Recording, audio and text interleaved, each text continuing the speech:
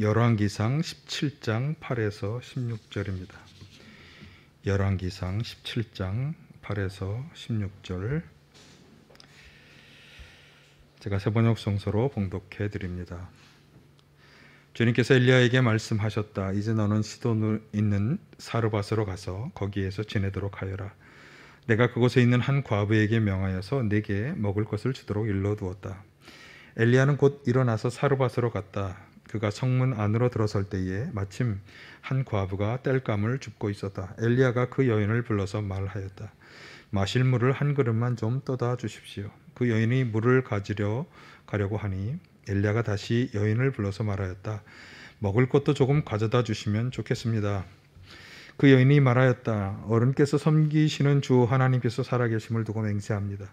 저에게는 빵 한 조각도 없습니다. 다만 뒤주에 밀가루가 한 줌 정도 그리고 병에 기름이 몇 방울 남아있을 뿐입니다. 보시다시피 저는 지금 땔감을 줍고 있습니다. 이것을 가지고 가서 저와 제 아들이 죽기 전에 마지막으로 남아있는 것을 모두 먹으려고 합니다. 엘리야가 그 여인에게 말하였다. 두려워하지 말고 가서 방금 말한 대로 하십시오. 그러나 음식을 만들어서 우선 나에게 먼저 가지고 오십시오. 그 뒤에 그대와 아들이 먹을 음식을 만들도록 하십시오. 주님께서 이 땅에 다시 비를 내려주실 때까지 뒤주에 밀가루가 떨어지지 않을 것이며 병의 기름이 마르지 않을 것이라고 주 이스라엘의 하나님께서 말씀하셨습니다. 그 여인은 가서 엘리야의 말대로 하였다. 과연 그 여인과 엘리야와 그 여인의 식구가 여러 날 동안 먹었지만 뒤주에 밀가루가 떨어지지 않고 병의 기름도 마르지 않았다. 주님께서 엘리야를 시켜서 하신 주님의 말씀대로 되었다. 아멘. 할렐루야. 주님의 은혜와 평강이 함께 하시길 간절히 바랍니다. 지난주에 우리는 욥기서의 말씀을 통해서 아무것도 바라는 것이 없이 하나님을 경외할 것인가 하는 사단의 도전과 거기에 대한 욥의 응답을 우리가 살펴보았습니다. 욥은 모든 재산 또 자녀 이런 것을 다 사고로 잃고 또 자신의 육신의 건강도 다 잃어버렸지만 그는 하나님을 원망하거나 불평하지 않았습니다. 오히려 그는 하나님께서 자신의 인생의 주이시기 때문에 자기가 가지고 있고 누리고 있는 그 모든 것들의 실질적인 소유주가 하나님이시다 이렇게 생각을 했고요. 그래서 그 모든 것을 주셨기 때문에 그것을 다 가져가실 수도 있다. 그러면서 복도 주셨으니 화도 주실 수 있다. 그렇게까지 고백했습니다. 그러니까 사단이 도전한 그 내용처럼 정말 아무것도 바라지 않아도 하나님을 경외하는 그런 참신앙의 모습을 대표적으로 보여주었습니다. 고난 속에서 재산도 또 자녀도 다 잃어버리고 육신의 건강도 다 잃어버린 상태에서 그렇게 고백한 것입니다. 오늘 이 열왕기상의 본문의 배경은 이스라엘 민족에게 다가온 위기입니다. 하나님께서는 아합 왕이 저지른 죄로 인해서 이스라엘 민족에게 수년 동안 물 한 방울 내리지 않는 그런 저주를 내리셨어요. 그래서 실제로 많은 사람들이 정말 너무나 많은 고통과 고난을 겪었는데요. 그런 고난 속에서 어떤 신앙의 모습을 가져야 할 것이냐 하는 것을 말씀하고 있다는 점에서 지난주에 고난 속에서 욥의 신앙 고백을 살펴본 것에 그 연장선상에 있을 수 있습니다. 그래서 고난과 어려움을 당하여서 우리가 어떤 신앙의 모습을 가져야 할 것이냐 하는 것을 이제 욥기에 이어서 열왕기상의 본문을 통해서 다시 또 다른 교훈의 말씀을 우리가 살펴보도록 하겠습니다. 17장 1절에 보면 엘리야 선지자가 아합 왕을 찾아갔는데요. 가서 하나님의 저주의 말씀을 전하는 것입니다. 그래서 이 저주의 말에 의하면 몇 해 동안 비는커녕 한 방울의 이슬도 내리지 않을 거다, 이렇게 저주를 하셨고, 그리고 7절에 보면 이 저주의 말처럼 실제로 비가 내리지 않고 시냇물처럼, 우리의 모세혈관의 혈관처럼 이렇게 온 땅을 다 적셔하는 시냇물들이 다 말라버릴 정도의 그런 일이 발생을 했어요. 그래서 물이 없는 것은 당연한 것이고, 또 길러야 하는 곡축도, 또 먹여야 하는 가축도 다 제대로 먹일 수 없는 거죠. 그래서 양식도 다 부족한 그런 어려움을 겪게 되었습니다. 사실 하나님이 그런 저주를 내리신 이유가 있는데요. 그 당시에 그 아합이라고 하는 왕이 어떤 왕보다 더 심한, 아주 하나님 보시기에 굉장히 악한 일을 행하였는데, 그것이 뭔가 하면 바알 신을 섬기는 우상 숭배의 죄를 자신이 저질렀을 뿐만 아니라 다른 백성들에게도 다 그 죄를 저지르도록 그렇게 만들고 있었기 때문이에요. 그래서 사실은 이런 하나님의 저주를 가져오게 한 이 아합 왕의 우상 숭배에 대해서도 우리가 좀 심각하게 생각을 해 보아야 하는 것입니다만, 그러나 사실 오늘 본문의 주제는 거기에 있지 않기 때문에 그 말씀은 더 이상 드리하지 않겠습니다. 어쨌든 그런 연유로 인해서 어려움이 다가왔고, 모든 백성들은 다 이 굶주림과 목마름이라고 하는 그런 고통을 겪게 된 것이죠. 선지자 엘리야도 그렇게 되었을 뿐만 아니라 오늘 본문에 이 사르밧에 사는 이 과부에게도 그 어려움이 다가온 것입니다. 그런데 본문 읽어보면 거기다가 더해서 이제 최후의 순간, 마지막 순간이 다가왔다고 하는 것을 우리가 알 수 있겠어요. 12절에 보면, 물론 그 전에 보면 엘리야 선지자도 이제 자기가 지내던 곳에 시냇물이 다 말라서 더는 그곳에 지낼 수 없게 되었고, 12절에 보면 이 사르밧의 과부도 이제 먹을 것이 다 떨어져서 이제 최후의 한 움큼의 밀가루와 또 몇 방울의 기름만 가지고 이제 마지막 한 끼를 해 먹고 이제 최후를 그냥 기다릴 수밖에 없는 그런 순간이 된 것입니다. 자, 그런 어려운 상황 속에서 선지자에게 하나님의 말씀이 들려왔고, 그리고 그 말씀대로 지금 선지자는 이 사르밧에 있는 과부, 이 여인에게 찾아온 것입니다. 자, 여기서 우리가 먼저 생각해 보아야 할 것이 있습니다. 이러한 고난의 위기는 참 힘들고 어려운 것임에 틀림이 없습니다. 그런데 그것은 그것으로 끝이 나는 것이 아니다라고 하는 것이죠. 그 고난과 힘든 상황은 오히려 새로운 길의 시작이 될 수 있다라고 하는 사실입니다. 하나님께서는 우리에게 고난과 어려움을 허락하시죠. 허락하시는 것입니다. 하나님이 주시는다고 말하는 것은 너무 나간 말씀이죠. 사실 우리 인생에 다가오는 대부분의 고난과 어려움들은 하나님과 무관하게 오는 경우입니다. 사람들의 잘못과 실수로 혹은 자연재해 때문에 생겨나는 것입니다. 하지만 그럼에도 불구하고 그 고난과 어려움의 순간이야말로 놀라운 하나님의 은혜가 시작되는 때가 될 수 있다. 이것을 잊지 마시기를 간절히 바랍니다.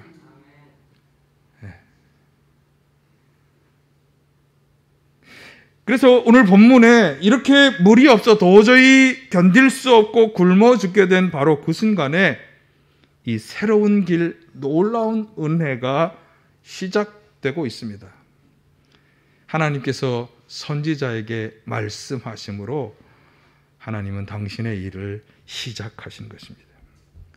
무엇보다 먼저 이 사실에 주목해야 합니다. 최후의 순간에, 굶어 죽게 된 그 순간에 이 사르밧 과부를 향한 하나님의 놀라운 역사가 시작된 것처럼 우리가 어려움의 한가운데 처할 때에, 최후의 그 순간을 맞이할 때에 우리에게도 이 놀라운 일이, 하나님의 새 역사가 시작될 수 있다라고 하는 사실입니다. 여러분, 이 믿음을 가져야 할 줄로 믿습니다. 어려운 삶의 고통 한가운데에서, 죽을 것 같은 상황 속에서 얼마나 많은 사람들이 신음하며 좌절하며 절망 속에 살아갑니까? 그러나 이제 오늘 우리가 먼저 보아야 할 것은, 그 어려운 순간은 하나님의 기회가, 하나님의 은혜의 기회가 열려지는 순간이다. 이것을 믿음으로 받아들이고 은혜를, 고통의 순간을 이겨나갈 수 있기를 간절히 축원합니다. 이것이 먼저 우리에게 요청되는 참신앙의 모습인 것입니다. 구체적으로 어떤 일이 일어나고 있는 것일까요? 자, 오늘 본문을 좀 더 상세히 살펴보겠습니다. 자, 오늘 10절, 11절 말씀을 한번 같이 보겠습니다. 엘리야는 곧 일어나서 사르밧으로 갔다.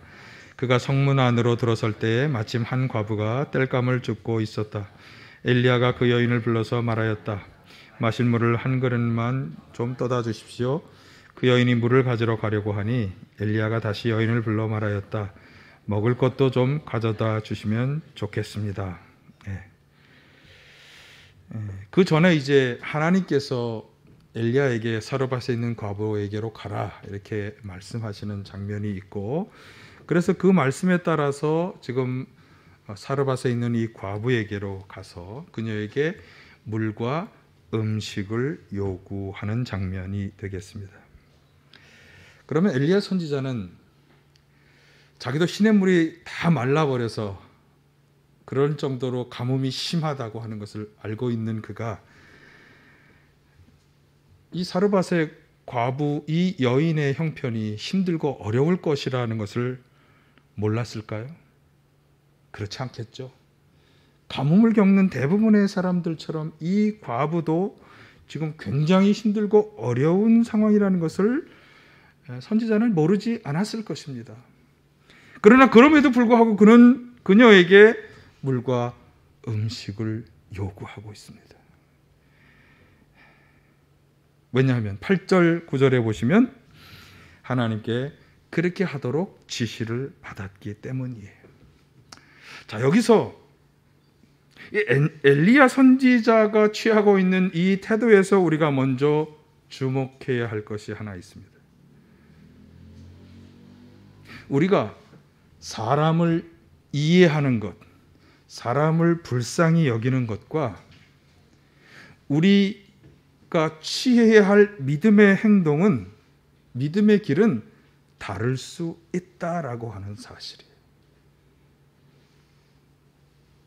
사람 중심으로만 생각한다면 어려운 상황에 처한 사람들을 이해하고 또 그들을 불쌍히 여기면서 좀 어떻게든 도와주려고 해야지, 그들에게 당신 가지고 있는 것 내놓으십시오라고 하는 무리한 요구를 하지 말아야 합니다.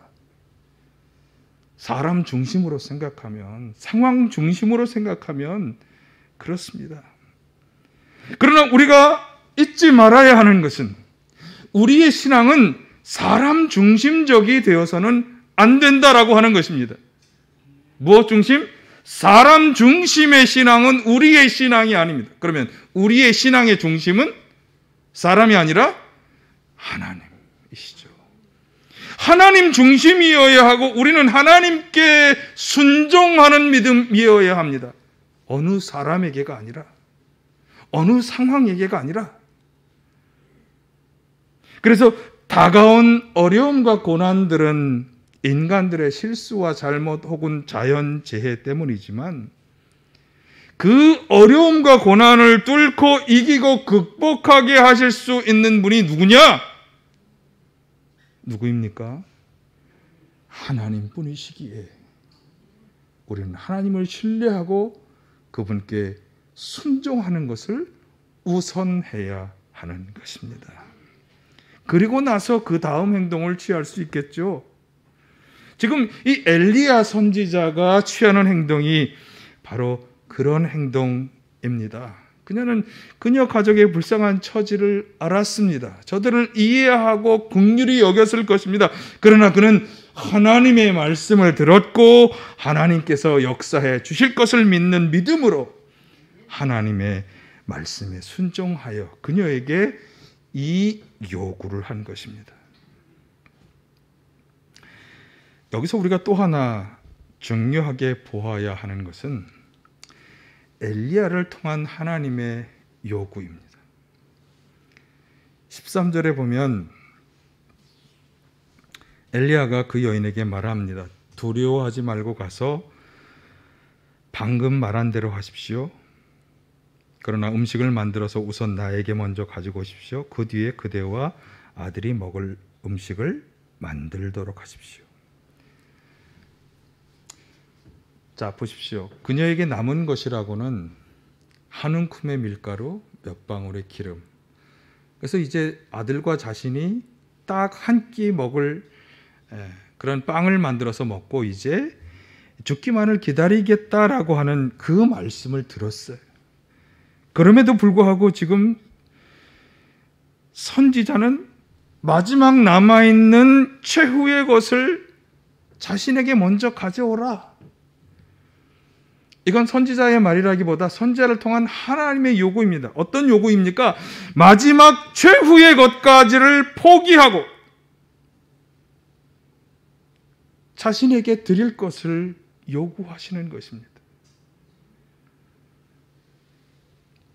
우리의 상식적인 판단으로 참 받아들이기 어렵습니다.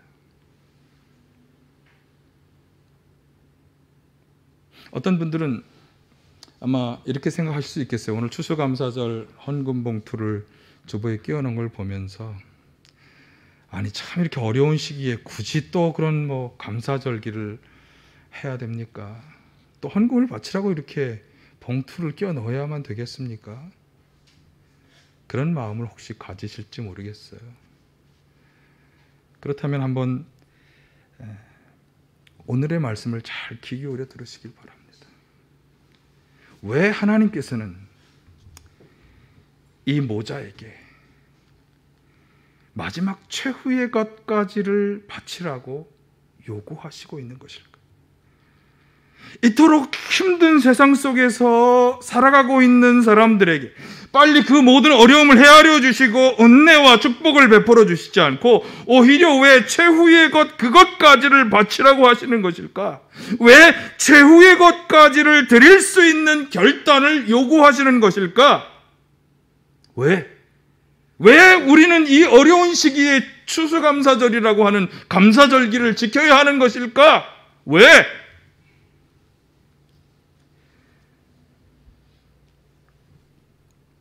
바로 뒤에서 우리가 그 말씀을 좀 대답을 생각해 볼 수 있겠습니다. 15절 상반절에 보면 이 과부는 엘리야 선지자가 말씀한 대로 최후의 음식을 준비하여 선지자를 대접했습니다. 15절 상반절에. 자, 그러면 이 사르밧 과부가 이렇게 무리한 마지막 한 끼 먹을 그것을 나에게 먼저 가져오라는 이 요구에 순종한 이유가 무엇일까? 그것이 궁금합니다. 왜 그녀는 이 무리한 선지자의 요구에 순종한 것일까요? 왜? 대답이 나왔나요? 왜? 비춰줘 보시죠. 왜? 그녀는 절대적으로 하나님을 신뢰하고 의심하지 않은 것입니다. 그래서 그녀는 무엇을 신뢰하였을까? 14절에서 하나님이 선지자를 통해 그녀에게 약속해 주신 것을 신뢰한 거예요. 자, 14절의 내용을 한번 보실까요? 자, 같이 봅니다. 주님께서 이 땅에 다시 비를 내려 주실 때까지 그 뒤지의 밀가루가 떨어지지 않을 것이며 병의 기름이 마르지 않을 것이라고 주 이스라엘의 하나님께서 말씀하셨습니다. 자, 정성껏 선지자를 먼저 대접하면 다시 비가 내릴 때까지 밀가루가 떨어지지 않고 기름이 마르지 않게 하실 것이다. 하나님이 약속하신 거예요. 바로 이 약속을 사르밧 과부는 그대로 다 믿은 것입니다. 하나님께서 그렇게 말씀대로 해 주실 것을 참으로 믿었기 때문에 그녀는 자신의 최후의 것을 다 드리는 결정을 한 것입니다. 이 과부는 하나님의 약속을 절대적으로 믿고 순종하는 믿음의 사람이었던 것이죠. 사실 정말 얼마나 어려운 결단입니까? 보이는 것은 하나도 없고 믿을 만한 근거가 너무나도 부족해. 단순히 선지자의 말 외에는 그녀가 현실적으로, 촉감적으로, 경험적으로 알 수 있는 그 어떤 것도 없는 것이에요. 여러분 같으면 제가 가지고 있는 그 마지막 것을 하나님께 드리십시오라고 말할 때 그것을 다 포기하고 그 요구를 받아들일 수 있겠습니까? 오늘 성서 본문은 우리에게 분명히 증언하고 있습니다. 참으로 하나님만을 믿고 섬기는 하나님 신앙의 길을 걸어간다면 바로 이 여인처럼 절대적으로 믿고 순종해야 한다고 말씀하고 있습니다. 하나님께서 요청하시는 것은 절대적으로 하나님을 신뢰하며 최후의 모든 것을 다 내려놓고도 순종할 수 있는 그 믿음을 요청하시는 것입니다. 내가 가진 최후의 모든 가능성까지 다 내려놓고 절대적으로 하나님만을 믿고 의지하라. 이것이 바로 하나님의 요청인 것입니다. 여러분, 이 하나님의 요청에 기꺼이 순종할 수 있는 우리 모두가 다 되시길 간절히 축원합니다. 그런데 오늘 본문과 좀 비슷하지만 더 발전된 신앙의 모습을 보여주는 또 다른 과부의 이야기가 마가복음 12장에 나옵니다. 그녀는 이 사르밧 과부와는 달리 하나님께서 무언가를 요구하시기 전에 먼저 나서서 행동하는 믿음을 보여주고 있습니다. 41, 42절은 그 이야기의 서론 부분이 되겠습니다. 예수님께서 헌금함 맞은쪽에 앉아서 무리가 어떻게 헌금함에 돈을 넣는가 보고 계셨다. 많이 넣는 부자가 여럿 있었다. 그런데 가난한 과부 한 사람은 와서 랩돈 두 닙 곧 한 고드란트를 넣었다. 예수님께서는 이제 사람들이 헌금함에 헌금 넣는 것을 보시고 계셨어요. 아마 멀찍이서 보셨겠죠. 그런데 좀 화려한 치장에 좀 부자처럼 보이는 사람들이 돈 넣는 것도 보셨고, 또 아주 그 이어서 남루한 차림에 여인이 돈 넣는 것을 보신 것이에요. 자, 그런데 그녀는 여기 보면 다른 사람들에 비해서 아주 적은 헌금을 드렸어요. 그녀가 드린 헌금은 랩돈 두 닙, 곧 한 고드란트였는데요. 이제 우리가 이것이 얼마쯤 되는가 실감하려면 오늘날의 가치로 좀 환산해 보아야 되겠죠. 그녀가 드린 이 헌금은 노동자 하루 임금의 64분의 1에 해당하는 금액이었습니다. 그래서 고드란트를 아사리온으로 환산하고 아사리온과 데나리온의 지폐 가치를 따지고 이래서 이제 나온 것이 하루 노동자 임금의 64분의 1. 대략 한 20만 원으로 계산해서 하루 노동자 임금 오늘날로 환산해 본다면 64분의 1, 3,125원입니다. 그러니까 여러분이 보통 주일헌금을 드리는 헌금보다도 더 적은 3,125원 그 금액을 헌금함에 넣었는데요. 그런데 예수님께서는 그것을 보시면서 뭐라고 말씀하신 거예요? 자, 43, 44절을 한번 보실까요? 자, 같이 봅니다. 예수께서 제자들을 곁에 불러놓고서 그들에게 말씀하셨다. 내가 진정으로 너희에게 말한다. 헌금함에 돈을 넣은 사람들 가운데 이 가난한 과부가 어느 누구보다 더 많이 넣었다. 모두 다 넉넉한 데서 얼마씩을 떼어 넣었지만 이 과부는 가난한 가운데서 가진 것 모두 곧 자기 생활비 전부를 털어 넣었다. 예. 아마 예수님은 사람을 꿰뚫어 보는 눈을 가지신 것 같아요. 그래서 그 여인이 헌금 드리는 자세를 주목하셨어요. 그녀의 마음 중심을 보신 것이죠. 그래서 당연히 그녀의 헌금 액수가 아니라 그녀가 드리는 그 자세, 여기에 주목하셨는데 어떤 자세였습니까? 자, 다른 사람들은 자기가 가진 것 일부를 드렸지만 그녀는 자기가 가진 모든 것, 생활비 전부를 헌금으로 드렸다고 하는 것에 예수님이 주목하신 거예요. 사실 이 과부를 이해하는 것은 참 어렵습니다. 왜 자기가 가진 그 모든 것을 다 헌금함에 넣은 것일까? 왜? 오늘 본문의 맥락에 의하면 여기 두 렙돈 중에 하나만 드려도 그것이 그녀가 가진 것의 절반이잖아요. 그러니까 굉장히 많은 분량을 하나만 드려도 드린 것이 되는데 왜 그렇게 그녀는 자신이 가진 것 전부를 다 드렸을까? 우리는 이 점에 주목해 보아야 합니다. 왜? 여기서 우리는 그녀의 신앙 고백을 보는 것입니다. 그녀는 자신의 초라한 인생 가운데 하나님만 의지하는 것 외에 그녀가 할 수 있는 다른 아무것도 없다고 생각하며 하나님께 전부 다 올인한 것입니다. 우리 드라마에 우리가 많이 보았던 제목이죠. 하나님께 올인하다. 그 뜻은 뭡니까? 모든 것을 다 드리고 자기 자신을 전적으로 하나님께 내어 맡기고 있는 것입니다. 이 헌금은 바로 그런 결단의 헌금인 것이.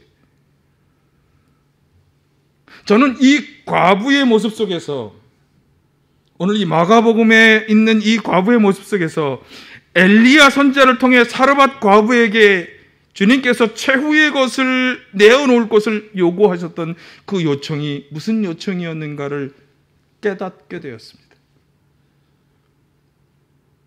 두 과부를 통해서 하나님은 오늘 이 말씀들을 읽는 모든 독자들에게, 우리 그리스도인들에게 말씀하시는 것입니다. 하나님께 올인하라. 하나님께 전부 내어 맡기라. 우리의 신앙과 믿음은 그저 하나님을 그냥 일부 그저 믿고 그저 그렇게 살아가는 그런 믿음이 아니라 절대적으로 하나님만을 믿고 의지하는 믿음이어야 하고, 세상을 의지하려는 조금의 미련도 다 내려놓고 하나님만을 절대적으로 믿고 그분께 나의 모든 것을 내어 맡기는 순종, 그것을 요구하시는 것입니다. 바로 그것이 열왕기에서 모든 것을 다 드리라는 요청으로 마가복음에서 자기의 모든 것을 다 바치는 과부의 마음 자세로 드러나고 있는 것입니다. 우리의 신앙은 어떤 신앙입니까? 우리는 어떤 마음으로 하나님을 섬기고 있습니까? 요즘은 이제 이런 훈련이 시행되지 않는다고 하는데요. 제가 20대 때 문무대 입소하는 훈련이 대학교 1, 2학년 과정에 꼭 있었습니다. 근데 그 문무대 입소 훈련 중에 유격 훈련 중에 막타워 훈련이라는 것이 있습니다. 인간이 가장 공포를 느끼는 높이인 11m 정도 되는 높이에서 뛰어내려가는 것입니다. 물론 안전줄이 달려 있습니다. 근데 안타깝게도 저는 고소공포증이 있습니다. 그래서 저는 이 훈련이 굉장히 힘들었습니다. 물론 안전줄이 다 달려있기 때문에 그냥 나는 무사할 거야, 나는 아무 문제가 없어 라고 생각하고 뛰어내리면 되는 것이지만 그것이 잘 되지 않습니다. 쳐다만 보면 무섭고 불안하고. 여러분, 우리의 믿음은 어느 정도의 믿음입니까? 혹시 우리도 자꾸만 아래만 세상만 쳐다보면서 두려워하는 믿음에서 벗어나지 못하고 있는 것은 아닙니까? 그분의 안전줄을 믿고 모든 것을 내어 맡기면 되는데 그렇지 못하고 원망하고 의심하고 불평만 하고 있는 것은 아닙니까? 오늘 본문의 두 과부는 참된 하나님 신앙의 믿음이 어떠해야 하는지를 우리에게 잘 보여주고 있습니다. 그런 어려운 상황에서도 최후의 순간을 맞이했어도 그녀들은 인간적이고 세상적인 모든 것들을 다 포기하고 전적으로 하나님만 의지하며 나아가겠다고 결단한 것입니다. 여러분, 어렵고 힘든 환경이 다가왔을 때, 그런 환경에 처할 때 어떤 믿음으로 살아가고 있습니까?